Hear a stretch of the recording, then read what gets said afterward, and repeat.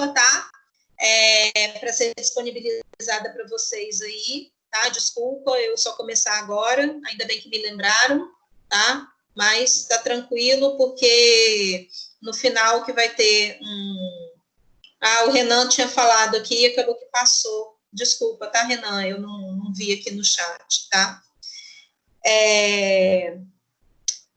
Então, aqui a gente tem a demonstração aqui, ó, dos tubos de queda, né, que vão coletar o esgoto, as colunas de ventilação, tá, que vão fazer, né, esse papel aí de evitar, né, que se formem bolhas de ar na tubulação, né, para evitar o golpe de ariete, tá? E aqui todo o esquema, né, a gente tem o esquema de ralos aqui, o esquema de coleta, né, de esgoto. Então, colocando esses exemplos aqui para vocês, tá? Aqui, ó, a caixa sifonada, né, mostrando as tampas cegas, mostrando de onde que tá vindo. Por que que eu estou mostrando, né, esse tipo de esquema aqui para vocês? Porque a gente não pode fazer o caminho dessa tubulação de esgoto de forma aleatória. A gente tem as conexões, né, que são utilizadas aí, e a gente precisa acompanhar, tá, essas conexões. A gente não pode fazer um ângulo qualquer, a gente tem lá conexões com ângulo de 45, né, que tem curva de 45, né, tem o T, tem a curva de 90, tem o joelho de 90, então a gente tem que acompanhar aí esse ângulo, tá, dessas conexões. Eu não poderia, por exemplo, aqui, pegar essa tubulação e jogar em qualquer ângulo para essa caixa de inspeção, tá? Eu tenho que acompanhar essa angulação aqui, tá? Aqui eu estou usando, né, uma curva aqui, ó, 45 graus, aqui eu estou usando um joelho de 90, então eu tenho que ter aqui, ó, uma curva 45 graus, tá? Eu tenho que ter, tá, a noção dessa tubulação que eu vou utilizar. Peraí que deu uma agarradinha aqui. Tá, então aqui eu estou demonstrando, acho que é o mesmo desenho, o mesmo desenho. Aqui, ó, eu mostro direitinho, tá, ó, aqui, ó, a caixa sifonada, como eu falei, ela tem várias tampas cegas, né, e aí eu vou mostrar qual eu vou utilizar. Então, eu tenho aqui, ó, as conexões, uma conexão em Y, eu tenho aqui, ó, uma curva, tá, então eu não posso chegar aqui, por exemplo, com essa tubulação e colocar em qualquer ângulo para cá, tá, eu tenho que obedecer isso aí. Aí aqui, gente, aí surge uma dúvida, né, dos alunos. Professora, mas eu tenho que pegar, né, e baixar isso daí, fazer, né, esse esquema todo direitinho, do jeito que está aí. Às vezes tem aluno que lá no escritório onde trabalha, né, ele já tem acesso a isso, ele compartilha, né, uma biblioteca aí com os colegas, né, no AutoCAD, e já faz tudo isso direitinho. Só que tem aluno que não tem acesso a isso, né? E aí fica preocupado. Professora, mas eu vou fazer de maneira esquemática e vou ser prejudicado, né, na minha nota. Como que vai funcionar isso daí? Então, gente, eu trago esse exemplo aí, ó, de um esquema, tá? Que ele foi feito todo corretamente, utilizando toda a angulação aí dessas conexões, tá? Só que aqui, ó, eu estou demonstrando de maneira esquemática, eu não estou demonstrando aqui as conexões certinhas e tal, mas elas estão aqui, né, de maneira correta, tá, representadas. Então, eu tenho aqui, ó, uma curva, eu tenho outra curva aqui, eu mostro o ralo, a caixa sifonada aqui, tá vendo? Eu mostro ela direitinho, tá? Então, não se preocupem com essa demonstração do esquema. Claro que quem quiser, né, chegar o mais próximo possível, é interessante ir lá, baixar, né, os bloquinhos e tudo e fazer. Agora, quem não puder, quem não quiser, pode fazer nesse esquema aí, que não vai ter problema nenhum, tá? O que vai ser observado aí são as angulações, tá? As perspectivas, né, os esquemas isométricos, a gente já falou sobre isso, né? Vocês vão poder utilizar, às vezes os alunos vêm e me perguntam, né? Professora, que programa você quer que eu use, né? Eu posso usar o SketchUp, eu gosto de usar o Revit, o AutoCAD, né? Em qual que você me vai querer, né, o trabalho. Aí teve uma aluna que me perguntou no WhatsApp, né, professora, eu posso utilizar o Revit ou você quer no AutoCAD? Para mim não vai fazer diferença qual vai ser o programa que vocês vão utilizar, porque eu vou pedir para vocês sempre me enviarem PDF. Por quê? Dependendo da versão do seu programa, a minha versão pode ser outra e eu não consigo abrir. Se a minha versão for mais atrasada do que a sua, eu não consigo abrir. Então, eu vou pedir para vocês que sempre mandem para mim em PDF, tá bom? Então, qual programa vocês vão utilizar, para mim não tem problema nenhum, né? Então, a gente já começou a falar, tá, das perspectivas isométricas. Então, vocês já tiveram, né, noção de desenho técnico, né, logo nos primeiros períodos, né, o que é um esquema isométrico. Ele vai trabalhar com um eixo isométrico, né, trabalhando com 3 ângulos aí, o ângulo X, Y e Z, né, sendo que, como o próprio nome já diz, isométrico, né, medidas iguais, vocês vão trabalhar com um ângulo aí de 30 graus, né, e o eixo Z. Então, o eixo X e Y vai trabalhar com ângulo de 30 graus e o eixo Z aí, que vai ser a terceira dimensão. Como que é apresentado isso? Geralmente, os esquemas isométricos, eles vêm na escala de 1 para 25. Então, gente, quando a gente fala esquema isométrico, né, esquema, vocês acham assim, como é um esquema, não precisa, né, ser em escala. Geralmente, a gente coloca na escala de 1 para 25, tá? O esquema isométrico, ele precisa, sim, vir em escala. E aí, vocês vão me perguntar qual é a altura, deixa eu mostrar aqui o esquema isométrico. Qual é a altura, né, desses pontos? Lá na apostila, a gente tem uma tabela lá que mostra uma altura padrão, tá, dos principais equipamentos que são utilizados aí num projeto hidrossanitário, tá? Então, tem lá o lavatório, a bacia sanitária, a ducha higiênica, o chuveiro, tá? Tem todas as alturas. E vocês vão trabalhar aqui com esses ramais numa altura média aí de 60 centímetros, tá? Então, assim, o que a gente costuma fazer, né, quando a gente está fazendo a tubulação? A gente trabalha, né, com essa tubulação horizontal, com esse ramal aqui, sempre, né, numa altura média, para ele poder alimentar os pontos de utilização. Então, ele vai contornar, ele vai contornar o seu ambiente numa altura média aí, né, de cerca de 60 centímetros, para ele ou subir ou descer para os pontos de utilização. Então, a gente trabalha aqui com os ramais, que vão para os sub-ramais para abastecer os pontos de utilização.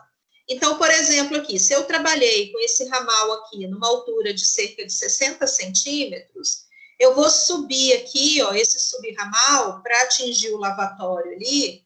Se uma bancada, geralmente, né, fica a 90 centímetros aí de altura, esse ponto aí para alimentar o lavatório, ele vai estar um pouco mais abaixo disso, né? Porque ele vai, né, através de uma mangueirinha, ele vai abastecer ali, né, o tubo de água, né, da sua torneira, tá? O vaso sanitário, né, a bacia sanitária, ele vai estar ali numa altura de 60 e depois vai atingir ali a altura, né, do vaso sanitário, e aí vocês vão ver essas alturas aí padrão lá na tabela da apostila, tá? E, gente, não quer dizer que aquela tabela da apostila é a única referência, né, para vocês utilizarem, tá? Vocês têm toda a bibliografia aí, que foi disponibilizada para vocês, né, no plano de desenvolvimento de aula, né, a bibliografia sugerida lá, no plano de ensino, né, que tem lá a bibliografia sugerida, tem a ementa da disciplina, tem a bibliografia sugerida, e aí vocês podem ter acesso, né, através da biblioteca virtual, né, que ela está funcionando, né, está funcionando de maneira adequada, vocês entram lá com o login e senha de vocês, caso vocês queiram acessar aí, né, os livros da nossa bibliografia, para poder ter acesso. Se eu não me engano, não, é assim, A tabela que tem lá na apostila foi tirada do Carvalho Júnior, né? É uma adaptação. E aí vocês têm o Hélio Creder, né? Vocês têm aí os outros livros, né? De acesso aí para vocês poderem consultar isso, caso vocês tenham alguma dúvida, tá? Então, o esquema isométrico, ele trabalha dessa maneira.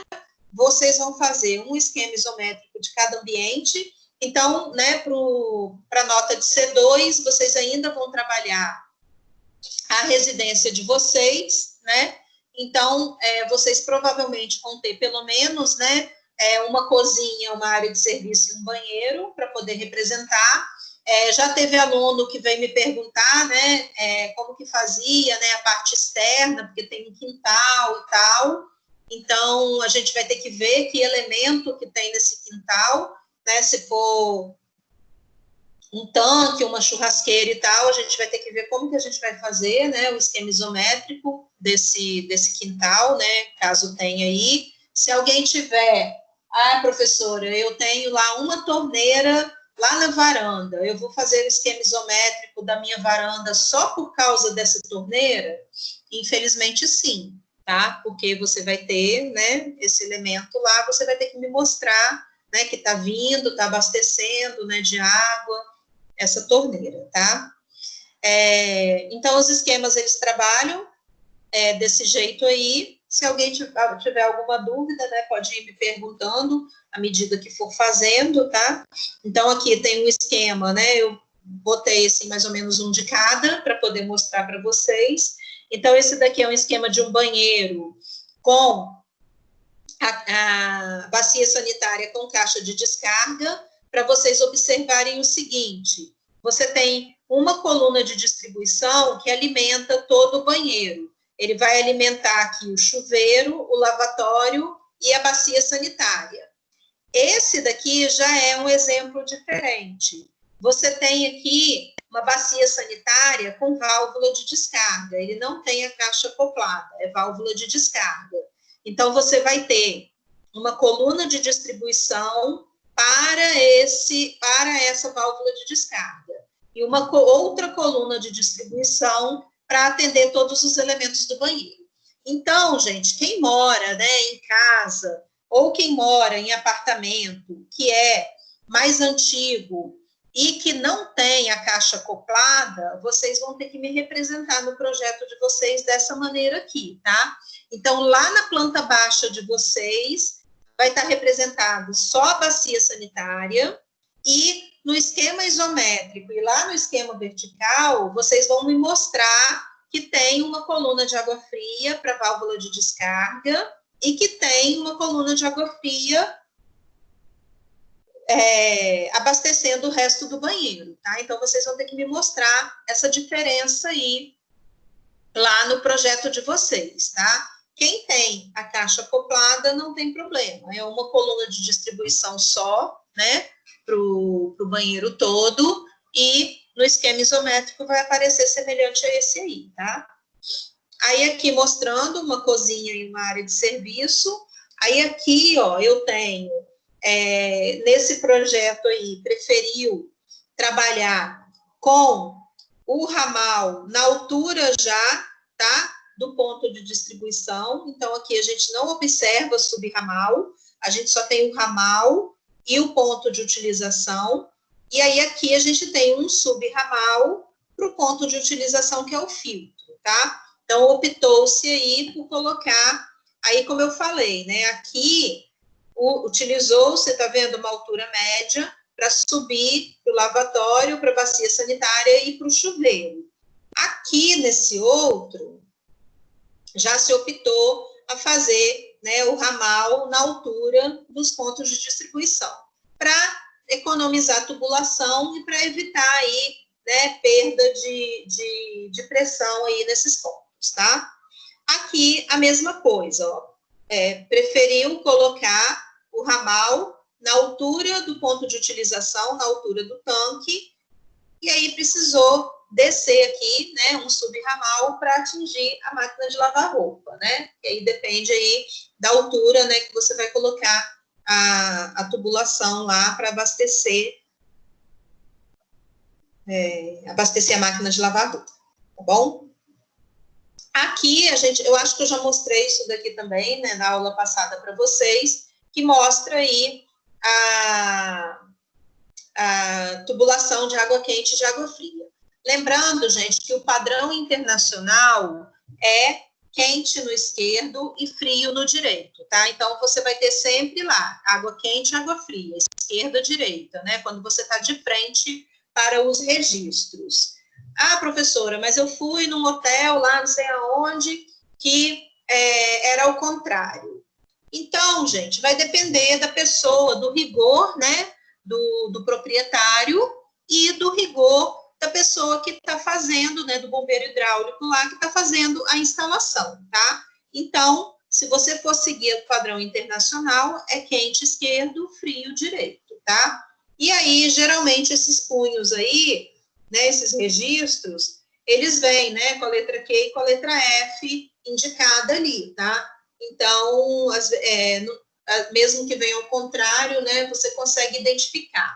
Só que eu já vi situação também, tá, que veio, né, o Qzinho, né, no lado esquerdo, o F no lado direito, e quando você ia acionar o comando, era o contrário, tá? Então, eles puseram, né, os registros na posição certa, mas a instalação estava ao contrário, tá? Então, tem que tomar bastante cuidado com isso aí, na hora de especificar o seu projeto, tá? Então, a gente precisa conhecer, eu vou passar um vídeo aqui para vocês, rapidinho, tá? Para depois poder mostrar algumas conexões, tá? Então, é importante a gente saber aí, né? Eu estou falando para vocês, vocês têm que colocar, né, o ângulo certo e tal. É importante a gente saber, e aí esse rapaz vai falar aí um pouquinho para vocês. Vamos ver o que ele tem aí a dizer a respeito dessas conexões.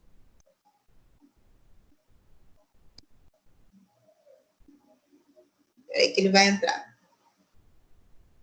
Olá, aqui é o Fabrício Rossi e nesse vídeo eu vou te mostrar os tubos e conexões de PVC e CPVC, as diferenças e características na prática. Então, se você acha que tubo é tudo igual, vem comigo que você vai aprender muito. Fabrício, mas eu sou engenheiro, eu sou arquiteto, eu não preciso saber disso. Quem tem que saber é o pessoal lá da obra. Sério que você pensa assim? Os grandes engenheiros e arquitetos conhecem muito bem de materiais e técnicas construtivas. Vamos iniciar pelo famoso PVC, que todo mundo acha que sabe tudo, mas não é muito o que vemos por aí. Só de curiosidade, PVC significa policloreto de vinila. E o PVC para água fria é esse aqui, marrom, da linha soldável. Se ele é exclusivo para água fria, quer dizer que a sua temperatura de trabalho é de 20 graus Celsius. E por que soldável?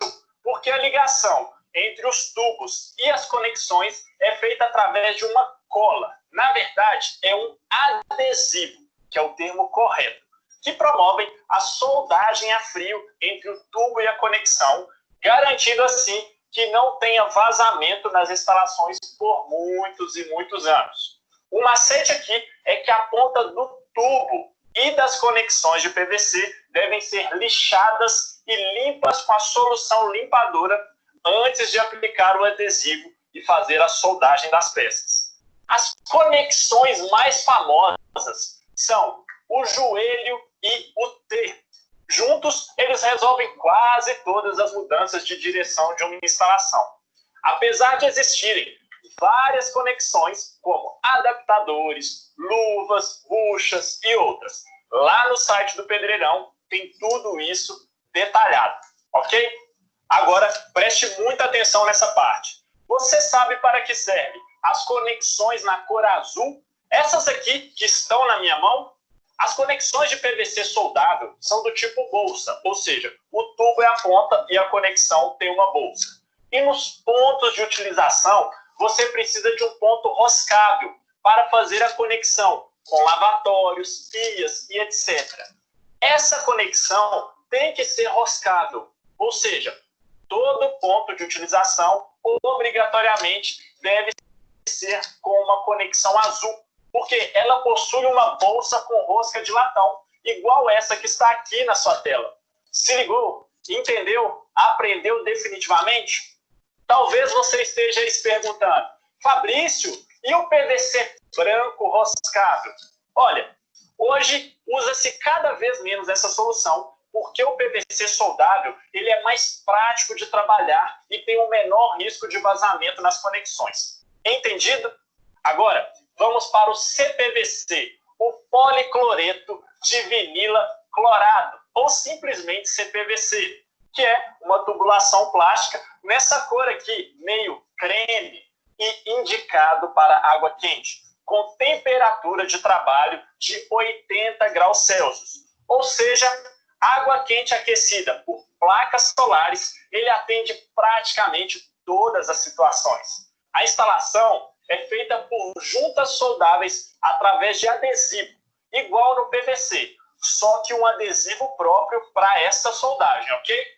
Eu, particularmente, adoro o CPVC porque ele trouxe uma velocidade gigantesca para as instalações de água quente que antes tinham como única opção os tubos e conexões de cobre, que são mais caros e muito mais lenta a execução.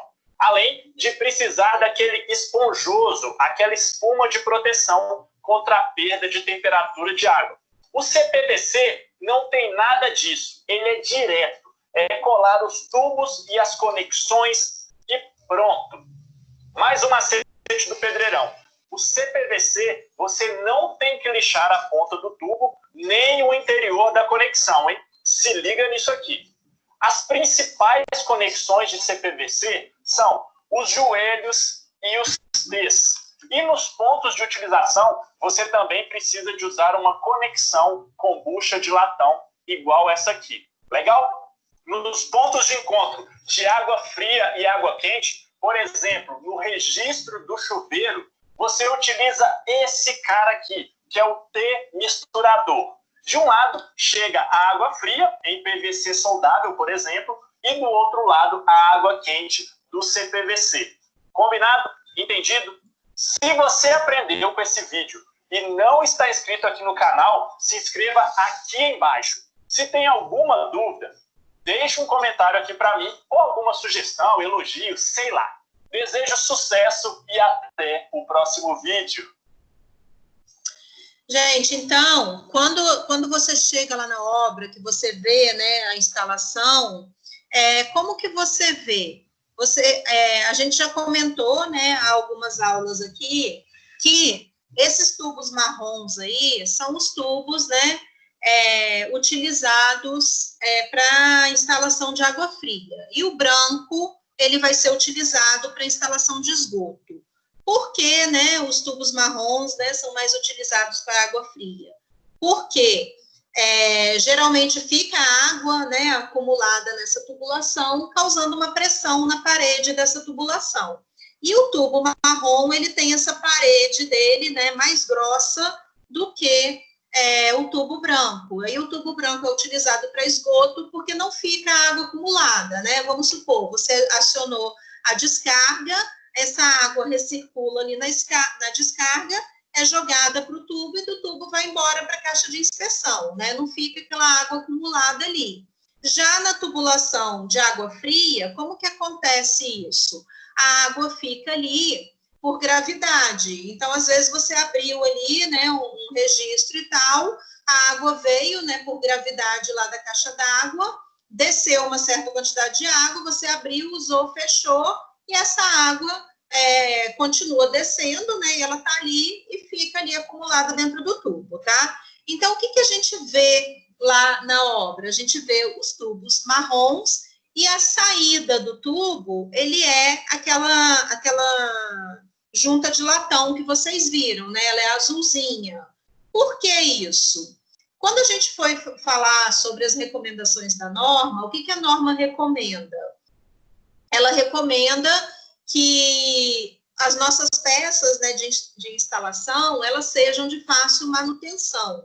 Então, como que são as nossas peças de instalação? Elas são todas moscáveis, tá? Então, a gente tem aquela junta, né, de latão, que é uma peça roscável, né, que chega lá no nosso ponto de utilização, né, na nossa pia lá, né, no nosso lavatório, né, no nosso chuveiro. Então, se você quebrar a parede lá do seu banheiro, da sua cozinha, você vai achar aquela peça marrom lá que vai conectar na sua peça de utilização. Então, gente, quais são os ângulos que a gente vai utilizar aí nas instalações? Né? Os ângulos de 90 graus e de 45 graus, em forma de joelho, né? Assim, ó, em forma de 90 graus, ou em forma de curva, tá? Então, por isso que eu falei que a gente não vai poder ficar inventando, né, ângulos. Então, a gente tem o ângulo de 90 e o ângulo de 45 graus, tá? Para a gente trabalhar e não tem assim, 20 graus, 25 graus, não tem isso, tá? Então, aqui é um joelho e uma curva, ó, de 45. A gente tem aqui, ó, a junção em Y, tá? Trabalhando aqui, ó, a 45 graus, tá? Aqui, né, o T, ó, 90 graus. E aqui, ó, a gente tem aí as situações, né, que vocês encontram aí, tá? Então, é tudo, ó, 45 graus, né, que a gente trabalha, aqui, ó, uma junta em Y, aqui uma curva 45 graus, né, uma curva 90 graus, o T, tá, um joelho de 90, então a gente não tem, assim, como ficar inventando, tá, esses ângulos aí não, tá, gente, vamos prestar bastante atenção nisso e tomar cuidado com isso daí, tá? Aqui a gente tem um exemplo, ó, de um projeto, né, como ficaria, né, um projeto completo. A gente mostra a planta baixa, né, com as colunas de distribuição e tal. E aqui os esquemas isométricos, eles ficam assim, ó, distribuídos na prancha, tá? Então, assim, não é, como que eu vou representar isso? Onde que eu vou colocar, né, o meu esquema isométrico e tal? Você vai arrumando eles na prancha, assim, e aí você identifica aqui, por exemplo, esquema isométrico 1. Aí você vem aqui, né, esquema isométrico 1, tá? E aí é assim que a gente representa. Então, como eu falei no início da aula, eu vou passar aqui 2 vídeos para vocês assistirem sobre a estação de tratamento de água e a estação de tratamento de esgoto, que seria tentando aqui simular uma espécie de visita, né, virtual, muito próximo do que a gente veria lá na CESAM, tá? Então, foi uma maneira, assim, que eu tentei trazer para vocês aí, para chegar o mais próximo possível. Vamos assistir aí.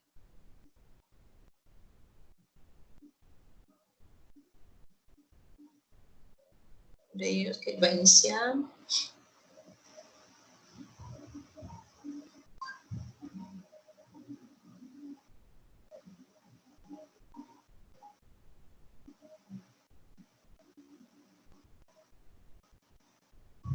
Peraí que ele deu uma travadinha aqui, mas vai começar, tá, gente?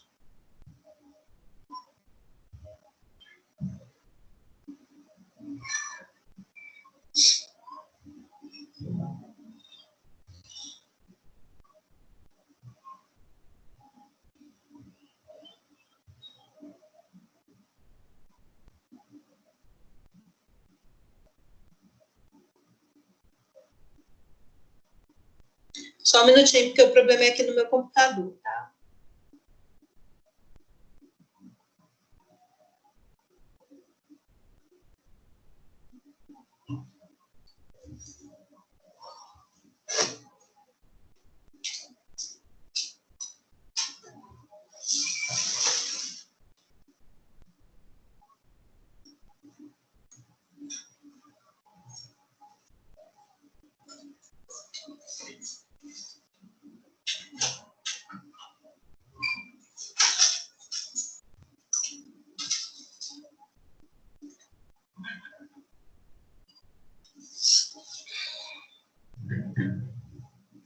Falando que o programa não está respondendo aqui, vou aguardar só mais um minutinho.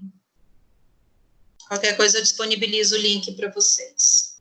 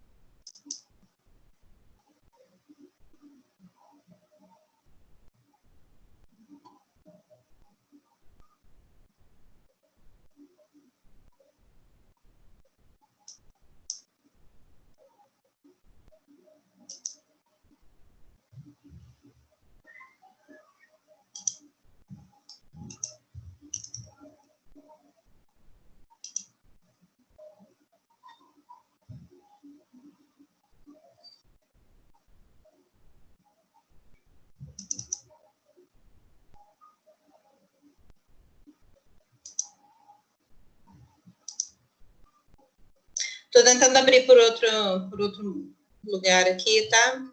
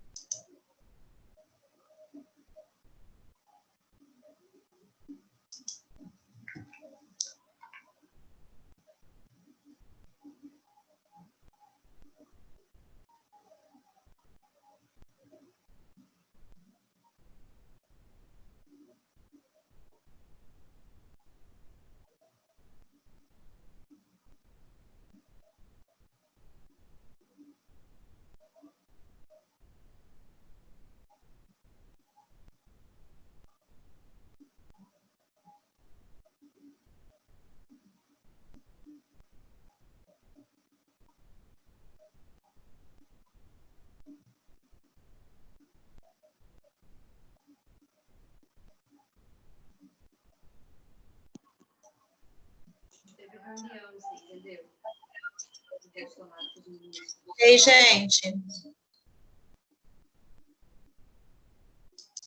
Eu travou completamente aqui o meu PowerPoint, e eu estou tentando compartilhar o vídeo aqui com vocês, mas não está entrando o compartilhamento aqui também. Aí, o que eu estou fazendo? Eu estou postando lá no Ava os vídeos para vocês assistirem lá, e aí a gente comenta por aqui, tá? Eu vou tentar mais uma vez aqui compartilhar, mas ele está travado aqui. Hoje tem muita gente...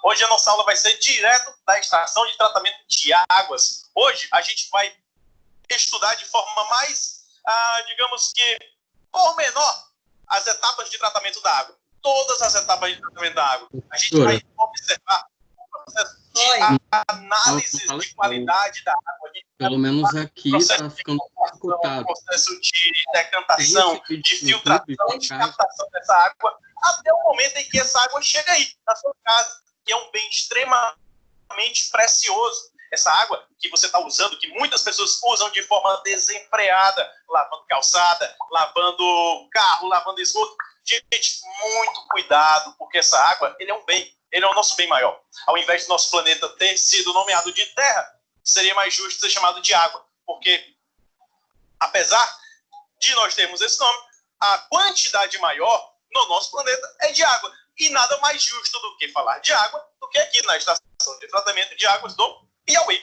ok? Então, acompanha com a gente e fica coladinho aí, ó, que a gente vai falar muita coisa legal para vocês.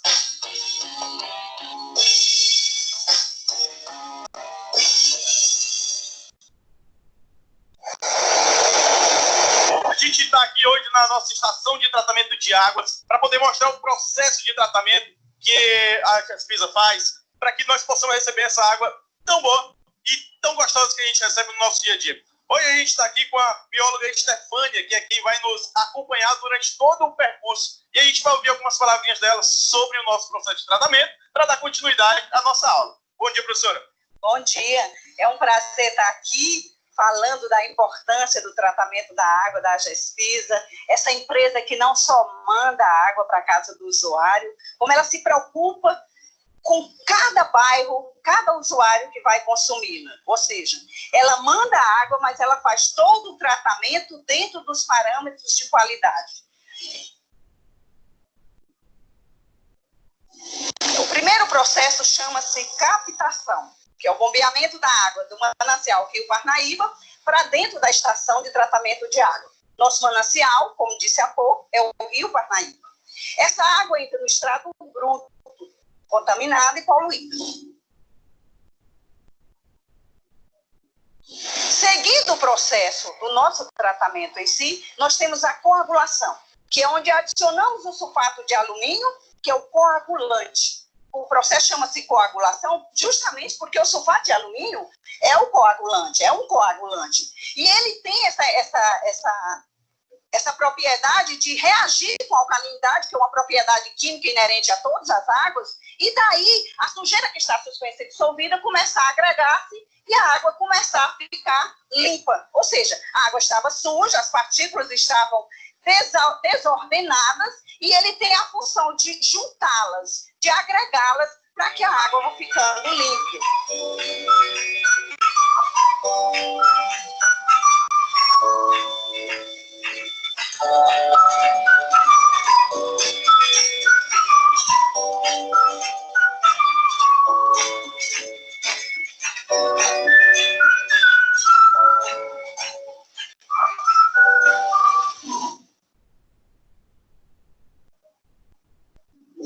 Dando continuidade, a gente passa pelo terceiro processo, pela terceira etapa do processo de tratamento de águas. A gente sai do processo de coagulação, que foi a segunda etapa, passando agora para o terceiro processo de floculação.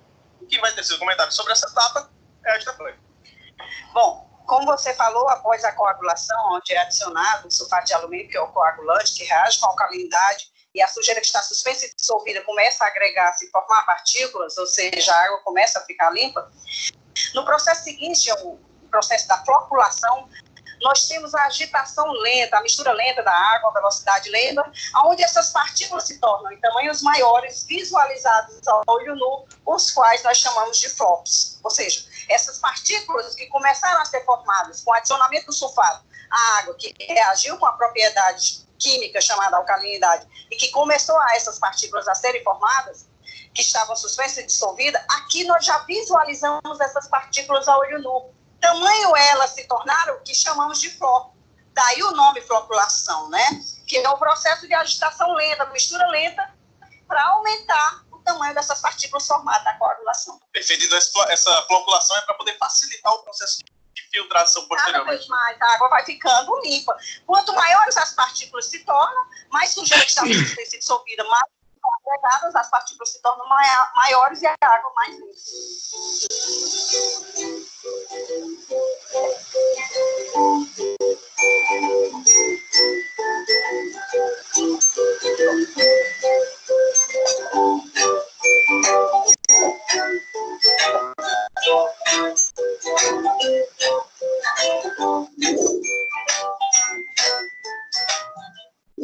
Dando continuidade, a gente chega agora no processo de decantação. E quem vai falar sobre isso é a nossa estrela do dia, Stefânia. Bom, dando continuidade, o processo seguinte ao da floculação é a decantação, onde nós temos a separação das partículas formadas nos processos anteriores, ou seja, é o processo de separação dessas partículas por sedimentação. A sujeira vai para o fundo do tanque e a água superficial fica límpida. Em seguida, nós teremos a filtração.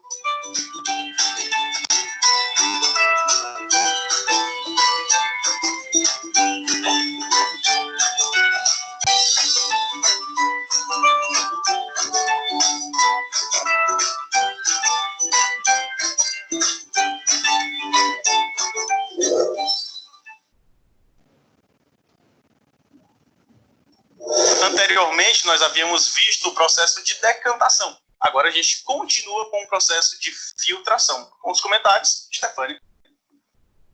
Bom, após a decantação, que é a separação das partículas que foram formadas nos processos anteriores por sedimentação, onde a água superficial fica no fundo do tanque e a água superficial limpa, a gente vê a filtração, que é muito como também nós fazemos na nossa casa. Esses filtros não são diferentes da nossa casa. Eles têm uma camada, uma camada de areia e carvão antracito, ou seja, uma camada dupla para reter as impurezas que, porventura, tenham ficado no processo da decantação. A importância dele é justamente filtrar. Gente, então uma das etapas do processo de tratamento de águas é o processo de desinfecção, mais conhecido como cloração. Esse processo de cloração, como já diz o nome, o outro nome, desinfecção, é para poder que possam prejudicar a saúde do consumidor. Essa etapa de cloração nada mais é do que a adição de cloro na água. Só que esta adição de cloro não é um cloro de qualquer forma. Você pode adicionar esse cloro de forma gasosa.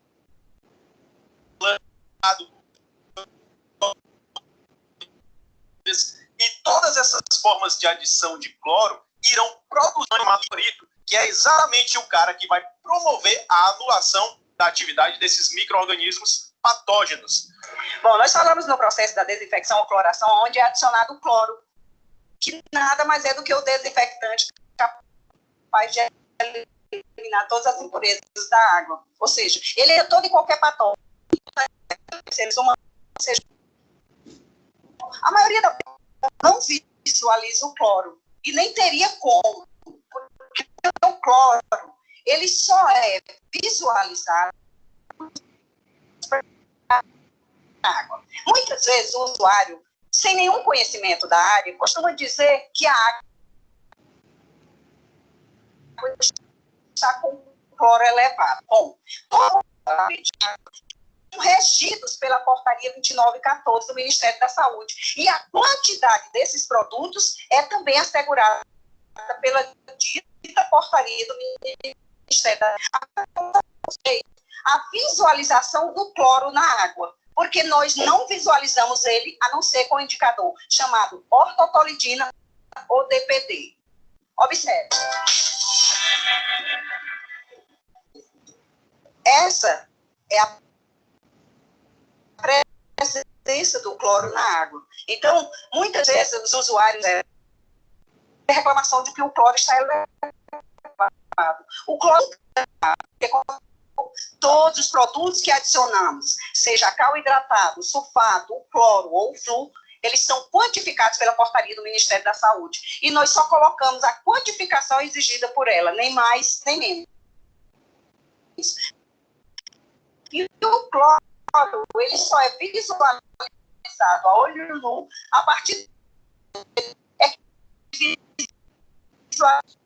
neutralizar o cloro, que tem essa coloração rósea. E nunca chega à nossa casa é a pressão da água e do ar dentro do cano. E aí, quando abrimos a torneira, ela sai no estado leitoso, que não implica dizer ser cloro, porque o cloro nunca vai estar em valores que não sejam permitidos pela porta do Ministério da Saúde. Gente, observando ali os dois cilindros,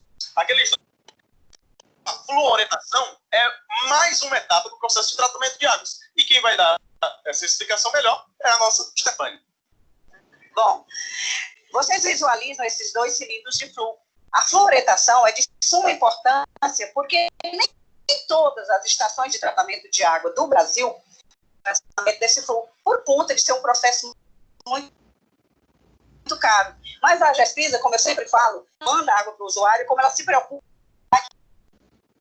que é essencial da potabilidade dessa água para o ser humano, para nós que consumimos. A fluoretação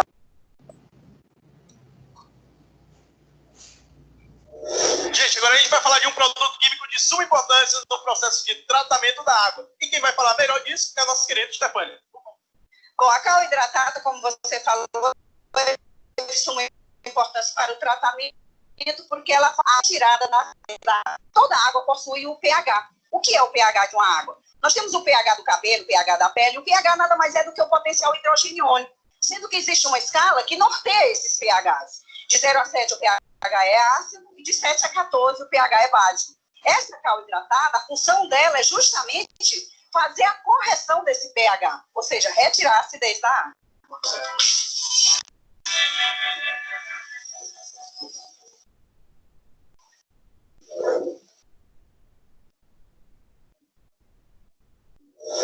Meus queridos, essa água que vocês recebem todos os dias aí para você beber água, para você tomar banho, para você poder fazer o seu alimento, ela passa por todos esses processos que nós visualizamos, que nós observamos hoje. E o processo de distribuição das águas é o que a gente viu, que nós observamos nas imagens, e a gente vai trabalhar esse processo mais bem trabalhado.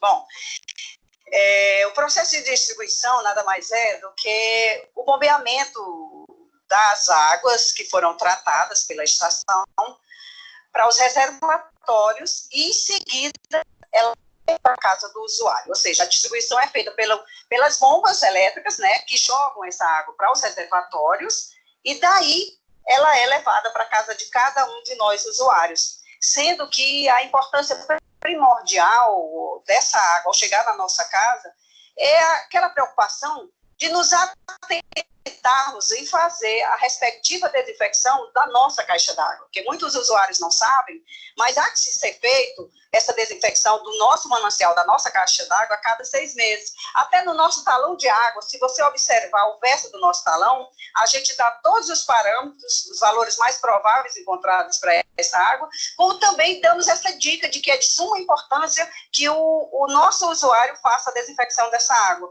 Porque, assim, nós qualificamos essa água com 100% de potabilidade. Nós fazemos o controle de qualidade de toda a estação, de toda a capital do Piauí e de toda a cidade do Piauí, como também fazemos análises particulares, físico-química e microbiológicas, que queiram fazer das suas residências, porque a GESPISA, o foco dela, o controle de qualidade dela, é na torneira da rede, ou seja, a famosa torneira do jardim, porque a responsabilidade da GESPISA é com a água que chega no teu jardim. A partir do momento que ela entrou para a tua casa, passou pelo teu manancial, pela tua caixa d'água, se você quer fazer a análise da água, já é de responsabilidade sua. E como eu falei, o controle de qualidade nosso é muito específico e muito acirrado, porque a GESPISA não só manda como ela qualifica essa água pela potabilidade para nós, seres humanos.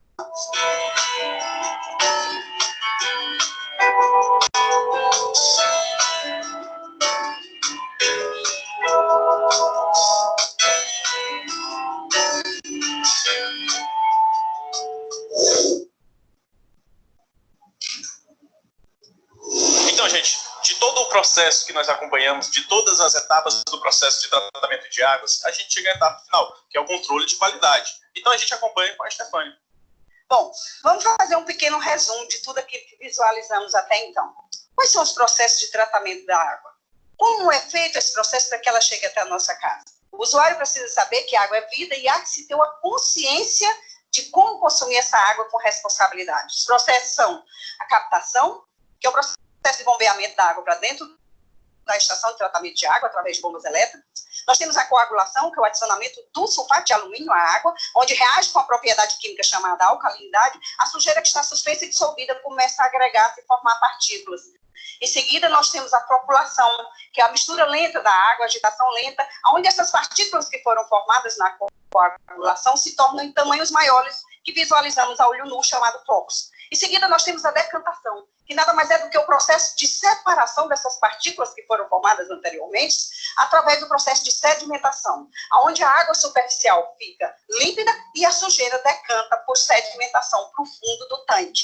Em seguida, nós vimos a filtração, que é onde nós teremos uma camada de areia e carvão antracito no fundo desses filtros, para reter as impurezas que, porventura, tenham ficado na decantação. Ou seja, o filtro é de suma importância, assim como é nas nossas residências. Por que filtramos a água? Para que qualquer possível impureza que tenha passado no processo anterior seja retida por essa camada de areia e carvão antracito. Em seguida, nós temos a desinfecção ou cloração, onde é adicionado o cloro, que é o desinfectante, que tem a função primordial de eliminar todos os micro-organismos patogênicos que nos causariam doenças, seja um vírus, um protozoário, uma bactéria. Em seguida, temos a fluoretação, que nada mais é do que o adicionamento do flúor à água como preventivo das cáries. Depois, nós temos o controle de qualidade e a distribuição dessa água para a casa do usuário. Nesse local onde estamos, que é o laboratório físico-químico, nós temos 3 laboratórios na estação de tratamento de água. Nós temos o laboratório operacional, o laboratório físico-químico e o laboratório microbiológico. É aqui onde fazemos o controle de qualidade. E é de suma importância qualquer empresa que se preze ter essa qualificação do controle daquilo que está mandando para o usuário. E a GESFISA, eu costumo dizer, não porque eu aqui trabalho, mas porque eu conheço a qualificação da nossa água, ela não só manda água para a casa do usuário, como ela se autorresponsabiliza em mandar uma água com qualidade. Nós fazemos parte de um programa internacional chamado PEP-SEDAI, que pouquíssimas empresas de abastecimento de água do Brasil fazem parte desse programa. Porque a GESFISA não só manda água, como ela qualifica essa água do usuário. Aqui, nós fazemos o controle de qualidade da água da estação de hora em hora, porque vocês vão de convir que todos os produtos que são adicionados à água, seja a cal, o alumínio, o sulfato de alumínio, o flúor ou o cloro, eles precisam ser feitos o controle de qualidade pelos laboratórios da quantidade que está sendo adicionado. E muitos usuários, por não conhecer esse tratamento, por não conhecer como é o nosso sistema de tratamento, pensam que esses produtos são colocados aleatoriamente. Não. Todas as estações de tratamento de água são regidas pela portaria 2914 do Ministério da Saúde. E há que se ter o controle de qualidade com eficiência, como nós aqui temos, para atestar a quantidade desses produtos que estão saindo da estação para a água do usuário. Ou seja, é aqui que nós atestamos o trabalho operacional. Eles adicionam os produtos químicos, a cal, o sulfato de alumínio, o flúor e o cloro, e aqui nós atestamos, não só a da estação, como a GESFISA também tem um controle de qualidade acirrado da população de Teresina. Como é feito esse controle de qualidade? Diariamente nós temos o coletor oficial que sai e coleta de 15 a 20 bairros. Quando chega o final do mês, cada bairro da cidade foi coletado, porque a GESFISA não só manda água para o usuário, como ela tem a responsabilidade de atestar essa qualificação. Aqui também, nesse laboratório físico-químico, nós fazemos a análise da matéria-prima principal que falamos anteriormente. Fazemos a análise do sulfato de alumínio que compramos da Pluriquímica, ou seja, aqui também fazemos o controle de qualidade. Eles nos vendem o sulfato de alumínio e aqui nós atestamos se o sulfato que eles mandaram está dentro das especificações exigidas pela portaria. Ou seja, aqui nós fazemos o controle de qualidade de todo o estado do Piauí, sempre que nós temos também Parnaíba, Picos e Floriano como laboratórios polos também do Piauí. E aqui nós atestamos a qualidade da estação e de toda a cidade de Teresina. Aqui vocês visualizarão nosso técnico realizando análise de cloretos e alcalinidades, para que vocês visualizem a beleza que é as análises em si, o tratamento em si da água. Só precisamos nos conscientizar que água é vida e há que se ter um consumo consciente desse bem precioso. Ótimo, gente. Então a gente acompanha aqui uma das análises que pode ser realizada, são uma titulação. O processo de titulação, você observa a mudança de coloração aos poucos, né? Uma mudança gradual. Esse processo de titulação, você tem um indicador, que é quando você tem, é ele que vai determinar o ponto de viragem, que é o ponto ao qual, digamos assim, o término da reação.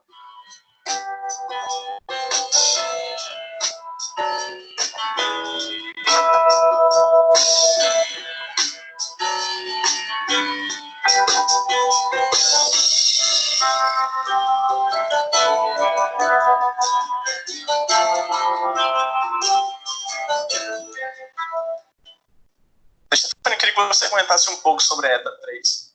Bom, a ETA 3 é onde tudo iniciou. Ela hoje foi totalmente automatizada, nesse governo em que estamos no momento, ela foi totalmente automatizada, tecnologia de primeiro mundo, onde vocês veem os tanques, os decantadores, e nós só temos a agradecer a Gespisa por essa preocupação constante com a qualidade da nossa água. Ela não só manda, como ela qualifica, porque ela sabe que a água é vida. Gente, não, você observa a preocupação que a Gespisa tem em fornecer uma água com qualidade, uma água que tem que passar por um processo rigoroso de análise, de tratamento, e você observa o comprometimento que a Gespisa, assim como os seus funcionários, a Stefania é um exemplo disso, que fala com tanto amor dessa profissão dela, desse cuidado que ela tem em tratar esse bem tão precioso que é a água.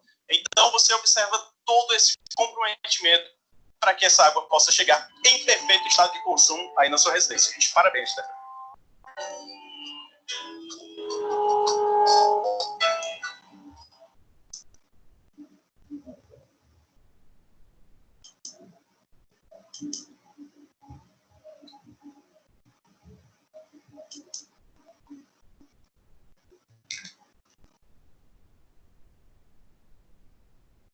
Ei, gente, nós tivemos aí, né, um pequeno probleminha aí, né, e aí atrasou um pouquinho a finalização, né, da aula, mas eu precisava mostrar para vocês, né, esse processo, e aí eu vou agradecer a vocês aí a colaboração, né, de ter ficado aí uns 5 minutinhos a mais da aula, tá?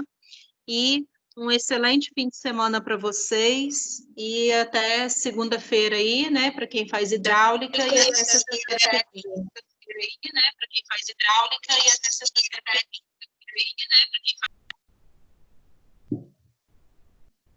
Ei, não sei se todo mundo me ouviu. Eu queria agradecer, tá, a participação de vocês, agradecer a paciência aí, né, de quem ficou até o final aí, tá? Extrapolamos aí 5 minutinhos da aula, mas um excelente fim de semana aí e até segunda-feira para quem faz hidráulica, para quem faz elétrica também, e até sexta-feira que vem para quem faz só elétrica, tá bom? E aí a gente volta a conversar depois, desculpa aí esse tropeço que teve aí no meio, mas foram problemas com a internet, tá? Um bom fim de semana a todos. Até segunda, Marcos Vinícius. Boa noite, gente. Obrigada aí. Desculpa aí ter avançado aí 5 minutinhos do tempo de vocês, tá bom? Um grande beijo a todos e até semana que vem. Boa noite.